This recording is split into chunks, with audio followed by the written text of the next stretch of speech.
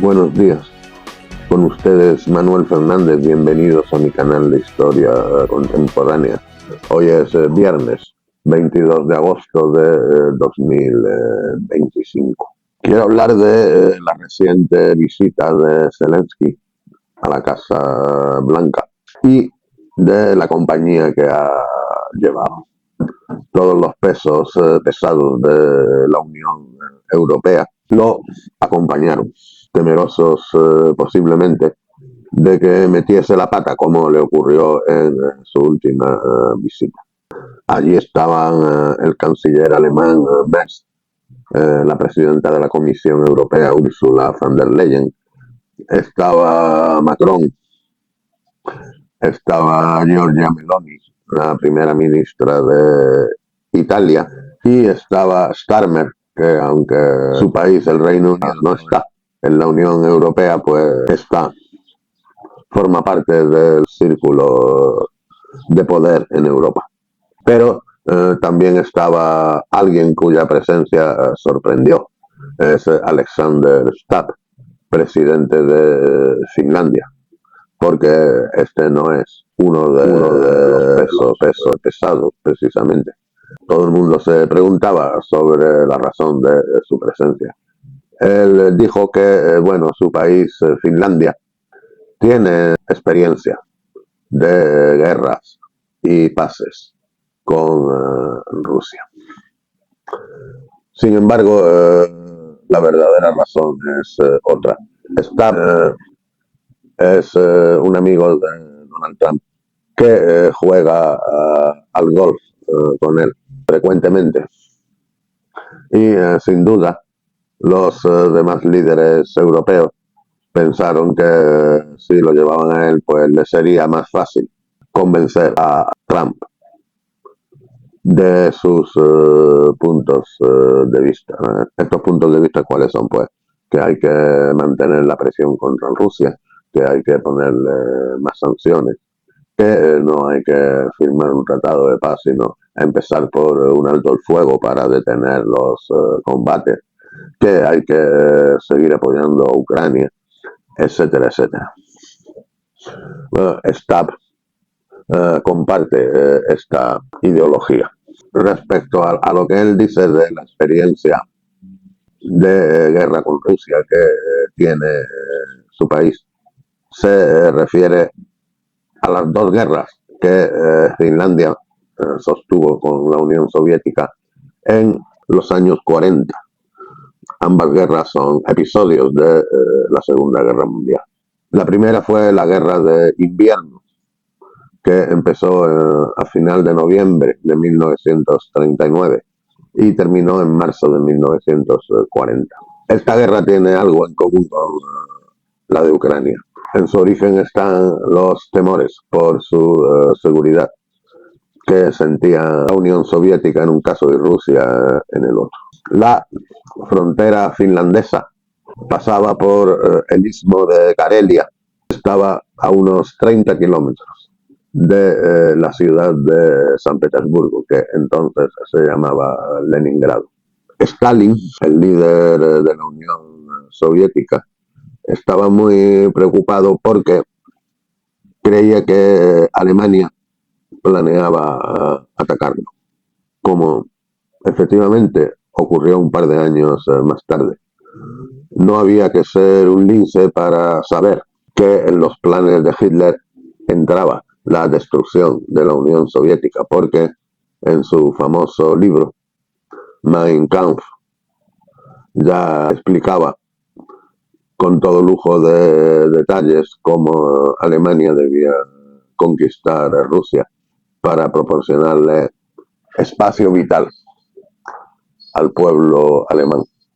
Y en particular, Stalin temía que Finlandia fuese utilizada como plataforma para atacar a la Unión Soviética, puesto que en una sola jornada de marcha a pie, un agresor que partiese de Finlandia podía ocupar Leningrado, la segunda ciudad de la Unión Soviética. No digamos si el adversario utilizaba medios motorizados. Stalin le propuso a Finlandia que le entregase el istmo de Karelia a cambio de territorios más extensos, pero menos estratégicos, más al norte. También en este intercambio, Stalin quería algunas islas del Golfo de Finlandia que se encontraban en los accesos a Leningrado. La máxima figura militar de Finlandia, el mariscal Mannerheim, era partidario de negociar con Stalin. Para él era vital conservar las fortificaciones que protegían Finlandia, protegían su frontera oriental y que se encontraban precisamente en el istmo de Karelia. Pero estaba dispuesto a transigir en otros puntos. Sin embargo, el gobierno finlandés no era de la misma opinión y se negó a entregar ningún territorio a la Unión Soviética. Después de unas negociaciones que no llevaron a ninguna parte, los soviéticos decidieron que era un asunto existencial proteger los accesos de Leningrado desde Finlandia y pasaron a la ofensiva contra los finlandeses. Por supuesto, los soviéticos tenían una gran superioridad en hombres y en material. Y Finlandia en este momento carecía de aliados. Rusia y Alemania habían firmado el pacto de no agresión germano-soviético. Ambas sabían que este pacto contra natura pues no podía durar mucho tiempo, pero Stalin confiaba en ganar 3 o 4 años para prepararse contra el ataque alemán, mientras que Hitler también quería ganar tiempo para tener las manos libres en el oeste y ocuparse de Francia y de Inglaterra antes de cumplir su sueño dorado de destruir la Unión Soviética. El caso es que los alemanes dejaron hacer a la Unión Soviética en Finlandia. Los finlandeses pues recibieron el apoyo de la Sociedad de Naciones, el antepasado de las Naciones Unidas, que expulsó a la Unión Soviética porque consideró su ataque a Finlandia como una agresión ilegal e injustificada, pero poca cosa más. Los ingleses y los franceses, que ya estaban en guerra con Hitler, dijeron que estaban dispuestos a ayudar a Finlandia, pero a condición de que Noruega les dejase pasar por su territorio, Noruega y Suecia. Suecia y Noruega no estaban dispuestas a verse involucradas en el conflicto. A la hora de la verdad, Finlandia se encontró sola. Sin embargo, los planes de los soviéticos pues no eran un ejemplo de brillantez.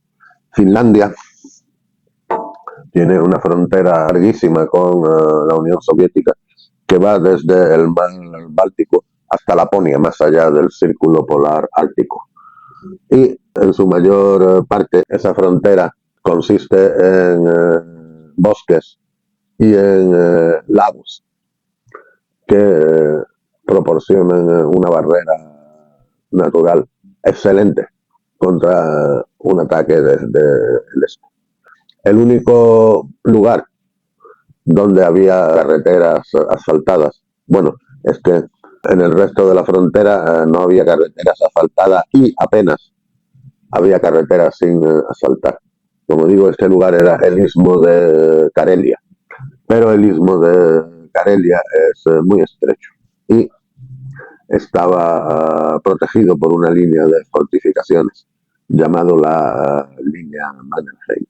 El ataque ruso fue demasiado apresurado. Los rusos habían hecho suficiente acopio de municiones, ni realizaron una preparación artillera adecuada, ni siquiera pintaron sus tanques de blanco, como aconsejaba la estación, y tampoco proporcionaron a sus soldados uniformes del mismo color que les permitiesen camuflarse en la nieve. Entonces, las primeras semanas de la guerra les fueron muy mal a los soviéticos, que no lograron forzar las defensas finlandesas en el istmo de Karelia, y que más al norte fueron en varias ocasiones cercadas y prácticamente aniquiladas por unidades finlandesas mucho más pequeñas, pero mucho más móviles, porque en Finlandia todo el mundo prácticamente era un buen esquiador de fondos. Esto les permitía moverse mucho más deprisa que los rusos. Los finlandeses apenas tenían armamento pesado, pero hicieron uso de un arma que ya se había utilizado previamente en la Guerra Civil Española, el cóctel Molotov. Permitía a la infantería enfrentarse con éxito a los tanques. En enero, los rusos decidieron que su primer ataque había fracasado. Decidieron concentrar su ofensiva únicamente en el istmo de Karelia y dejar de mandar unidades a que se perdieran en los bosques y allí fuesen rodeadas y destruidas. Con esta nueva táctica, finalmente lograron abrir una brecha en la línea Mannerheim y ir ampliando esta brecha por rotación hasta acercarse a la ciudad de Viborg, que en finlandés se llama Viipuri y que era la segunda ciudad de Finlandia. Entonces el mariscal Mannerheim dijo a su gobierno que había llegado la hora de negociar la paz, mientras Finlandia aún tenía un ejército, porque si perdía el ejército no tendría ninguna base con la que negociar. Él sabía que las condiciones pues iban a ser duras. En el Tratado de Paz de Moscú, Finlandia pues tuvo que hacerles a los soviéticos las concesiones territoriales que estos reclamaban, y sí, sin recibir nada a cambio, como se contemplaba en la primera oferta. Finlandia perdió el 9 o el 10% de su territorio. Perdió todas las fortificaciones del istmo de Karelia, pero con esto Stalin se dio por satisfecho. A día de hoy los historiadores siguen debatiendo cuáles eran los objetivos de los soviéticos. Y son muchos los que opinan que sus objetivos eran los que fueron hechos públicos, es decir, aumentar la seguridad de su frontera en la región de Leningrado, porque podían haber optado por la continuación de la guerra hasta ocupar toda Finlandia e instalar allí un gobierno títere o anexionarla directamente a la Unión Soviética, pero no lo hicieron. Ese día las banderas en Helsinki ondearon a media asta, pero Mannerheim, después de haberse batido con mucha valentía contra los invasores, decidió que lo esencial era la supervivencia del Estado, conservar las vidas de sus hombres. Esta fue la llamada Guerra de Invierno. Poco después hubo una nueva guerra entre Finlandia y la Unión Soviética, llamada la Guerra de Continuación. Esto fue cuando Hitler, después de haber derrotado en el oeste a los franceses, pero no así a los ingleses, ya no pudo aguantarse más la impaciencia y decidió empezar su proyectada invasión de la Unión Soviética, en junio de 1941. Antes de hacerlo se aseguró de la cooperación de los finlandeses. Los finlandeses deseaban recuperar los territorios que habían perdido en la guerra de invierno. Algunos sectores minoritarios no querían limitarse a esto, sino que querían conquistar la Karelia Oriental, una región que siempre había pertenecido a Rusia, aunque una parte de su población era étnicamente finesa. Los finlandeses, que movilizaron como 500.000 de hombres, esto era lo máximo que se podían permitir, pues pasaron a la ofensiva y tomaron todo el territorio que habían perdido poco más de un año antes. Sin embargo, una vez que hubieron avanzado un poco más allá de la antigua frontera, pues se pusieron a la defensiva. Los alemanes contaban con ellos para cortar la línea de ferrocarril que iba al puerto de Murmansk. Murmansk era por donde entraba gran parte de la ayuda que recibían los soviéticos de los ingleses y los norteamericanos. Y estuvieron a pocos kilómetros de cortar este ferrocarril. Se detuvieron y dejaron de avanzar. ¿Y esto por qué? Bueno, Finlandia, que estaba en guerra con la Unión Soviética y con el Reino Unido, nunca estuvo en guerra con Estados Unidos. Finlandia, excepcional entre los aliados de Hitler, era una democracia, una república parlamentaria. Y el nazismo, el fascismo, nunca arraigó en Finlandia, como sí lo hizo en otros lugares como Croacia, Ucrania, etcétera. Finlandia tenía una minoría judía pequeña, unas 2.000 personas, pero esta minoría nunca fue perseguida ni molestada. Bien, es verdad que en casos muy contados, judíos extranjeros que se habían refugiado en Finlandia procedentes de otros países fueron entregados a los alemanes, pero hubo 7 u 8 casos. Finlandia nunca se proclamó aliada de Alemania. Usaban la palabra co-beligerantes, camaradas de armas a veces. Decían que tenían enemigos comunes, coyunturalmente, pero nada más. Los finlandeses pensaban que Alemania podría terminar rápidamente la guerra y ellos, mientras tanto, conseguirían sus objetivos. No fue el caso.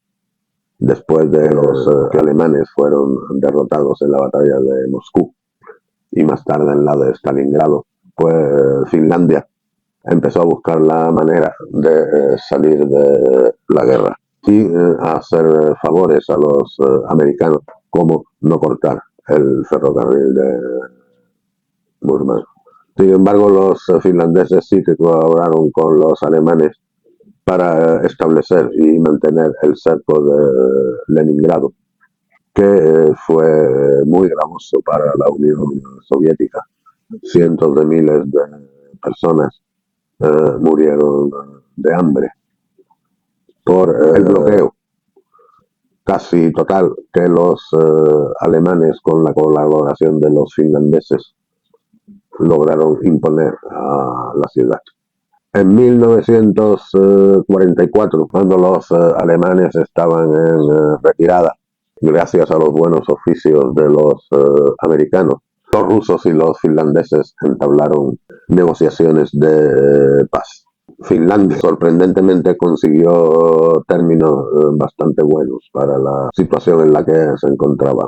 Es decir, perdió algo más de territorio que en 1940, pero no mucho más. Tuvo que pagar una indemnización de guerra a la Unión Soviética y en el Tratado de Paz tuvo que reconocer que había sido un aliado de la Alemania nazi. Pero, de nuevo, el realismo de Mannerheim se impuso. Dijo, es mejor negociar ahora que todavía tenemos elementos. ¿Cuáles eran estos elementos? Que los alemanes todavía resistían. Hitler todavía suponía un peligro y una amenaza. Y Stalin deseaba concentrar todos sus esfuerzos en aniquilar el Tercer Reich, en tomar Berlín y en destruir el Estado Nacional Socialista. No le apetecía enfrentarse a la distracción finlandesa. Bueno, pues Mannerheim, que asumió la presidencia del gobierno finlandés con este objeto, firmó el nuevo tratado de paz con los rusos, en el que, entre otras cosas, se comprometía a expulsar a todas las tropas alemanas que habían ido a Finlandia para cooperar con las ofensivas finlandesas. Y eso dio origen a algunos enfrentamientos entre alemanes y finlandeses que se conocen como la Guerra de Laponia. Finalmente, la mayoría de las tropas alemanas que había en Finlandia evacuaron el país en dirección a Noruega. Durante toda la Guerra Fría, pues Finlandia fue un país neutral. No se integró en la OTAN hasta muy recientemente, después de la invasión rusa de Ucrania. Gracias, entre otras cosas, a los esfuerzos incansables de Alexander Stubb, que es un pro-atlantista convencido. Pero ahora dice este señor que Ucrania debe aprovechar las experiencias de Finlandia. Y su manera de aprovecharlas, según él, es no cometer los errores que Finlandia cometió, que para él son ceder territorios a los soviéticos y limitar su soberanía en el sentido de reducir sus opciones de alianzas militares con otros países. Es decir, que Finlandia no debe ni ceder territorio ni renunciar a sus pretensiones de entrar en la OTAN. Este señor Stubb no ha comprendido nada de las lecciones de la guerra de invierno y la guerra de continuación. Téngase en cuenta que Helsinki fue la única capital de un país beligerante en el continente europeo que no fue ocupada. El otro caso es Moscú. Todas las demás, empezando por París, Roma, Varsovia, Belgrado, Atenas, Sofía, Bucarest, Budapest, todas las que ustedes quieran, todas las capitales de países que participaron en la Segunda Guerra Mundial en el continente, en Londres, no. Hablamos, terminaron siendo ocupadas, excepto Helsinki. Y este hecho es un monumento al realismo y al talento del mariscal Mannerheim. Y este señor Stubb dice que no hay que repetir el error de ceder tierras a la URSS, a Rusia en este caso. Bueno, si Mannerheim no hubiera cedido algunos territorios, la totalidad de Finlandia habría sido ocupada. No hay que aceptar convertirse en un país neutral. Pues a Finlandia la neutralidad le vino estupendamente entre 1944 y 2023, el año en que se unió a la OTAN. Todo ese tiempo la neutralidad le ha venido muy bien, la ha mantenido al margen de problemas y le ha permitido alcanzar una gran prosperidad. Pues según Stubb, esos fueron errores que cometió Finlandia y que Ucrania no debe repetir. Eso va a llevar a Ucrania al destino que Mannerheim consiguió evitar para su país, es decir, a la ocupación total del territorio, a la desaparición del Estado, a la aniquilación del ejército. Este STAP es un caso paradigmático de un tipo de político que tenemos en Europa que es más americano que europeo. Este es más americano que finlandés. Concretamente, él estudió en Carolina del Sur y ha dicho en alguna ocasión algo así como que él es finlandés de nacimiento, pero es sureño por la gracia de Dios. Y por esta vinculación con Carolina del Sur, conoce a un personaje muy especial. Este es el senador por Carolina del Sur, Lindsey Graham, que es el portavoz de los llamados halcones en el Senado de Estados Unidos, es decir, de los que solo quieren guerra. Dicen que hay que castigar a Rusia con nuevas sanciones para presionarla, que hay que obligarla a aceptar un alto el fuego incondicional, que hay que aumentar la ayuda a Ucrania. Y no solamente eso, sino que hay que imponer sanciones muy grandes a los socios comerciales de Rusia, que son China y la India. Pues, sin embargo, no menciona a otros socios, como por ejemplo Turquía, que es país miembro de la OTAN y gran socio comercial de Rusia. Pues resulta que Lindsey Graham juega al golf frecuentemente con Trump y fue el que introdujo a Alexander Stubb en el círculo de amiguetes de Donald Trump. Stubb, por lo visto, tuvo que hacer entrenamiento intensivo porque él llevaba como 20 años sin jugar al golf, y para ponerse en forma pues le costó al hombre su trabajo, pero mereció la pena. A Trump le gusta jugar con él. Fue en esa calidad en la que los peces gordos de la Unión Europea, los peces gordos de Europa, decidieron llevar con él a Washington a este pez más bien pequeñito, pero comulga fielmente con su pensamiento de continuar luchando hasta que no quede vivo un solo ucraniano y hasta que el país esté completamente destruido. Muchas gracias por su atención. Esto ha sido todo por hoy. Si les ha gustado el vídeo, pues denle al botón correspondiente, y si quieren suscribirse al canal, pues sean bienvenidos. Hasta la próxima.